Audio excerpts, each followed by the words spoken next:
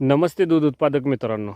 आजचा संदेश फक्त त्या दूध उत्पादक मित्रांना जे युवा दूध उत्पादक आहेत, ते आत्ता ह्या धंद्यामध्ये व्यवसायामध्ये येऊ इच्छितात आलेले आहेत, त्यांच्यासाठी फक्त एक विनंती म्हणा किंवा संदेश म्हणा, जो अनुभवलेला आहे अशाच गोष्टी मी माझ्या चॅनलवरती शेअर करतो आहे.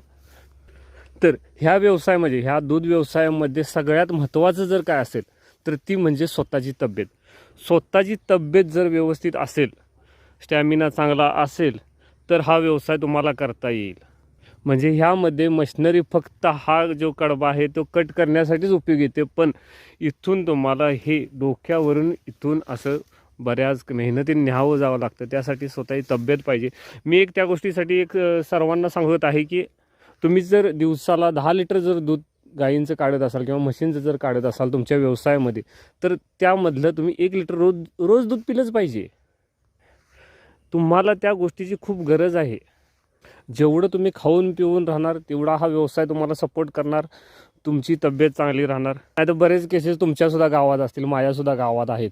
वैरणीचा भारा घेताना पाय घसरला, चकती निसटली, मानेमध्ये गॅप आला, तर पूर्णपणे स्टॉप होऊन जातो हा व्यवसाय.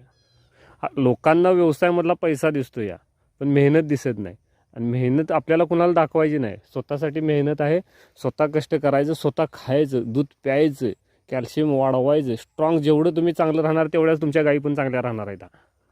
त्यामुळे हा संदेश युवा दूध उत्पादकांनी आवर्जून ऐका आणि चॅनलला प्लीज सबस्क्राईब करा.